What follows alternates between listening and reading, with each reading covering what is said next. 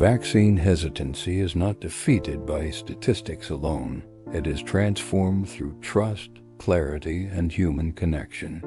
Have you ever wondered why two communities, faced with the same situation, might make completely different choices? We shall title this, Vaccine Hesitancy. Let's imagine two towns. Let's call them Town A and Town B. A new vaccine is developed to protect against a widespread illness, and it's offered to everyone. In Town A, whispers of fear start to spread faster than the illness itself. Stories pop up online filled with dramatic claims and scary warnings. People start sharing them, even though they can't verify the source. The conversation shifts from how can we protect ourselves to what if the vaccine is the real danger.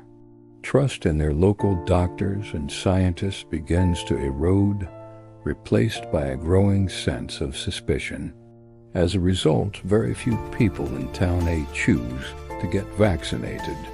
They believe they're making the safer choice by waiting, by seeing what happens. Now, let's look at Town B. They hear the same whispers, see the same scary stories online, but their reaction is different. Instead of just sharing, they start asking questions. They turn to their local health experts, the doctors and nurses they've known for years. They attend community meetings where scientists explain how the vaccine was developed, how it works, and what the clinical trials showed.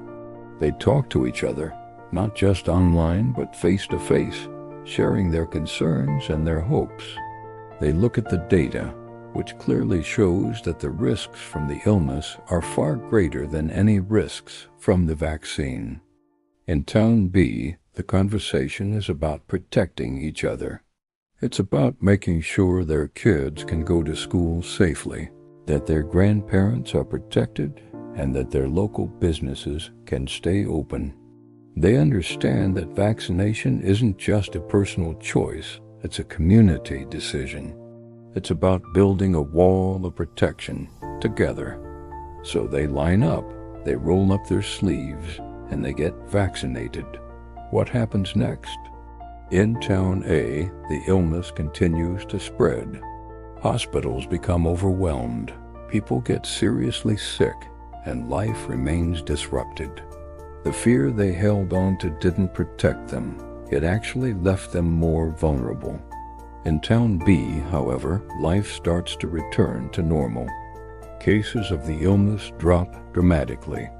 People feel safe again. They can hug their loved ones, gather for community events, and plan for the future without constant fear.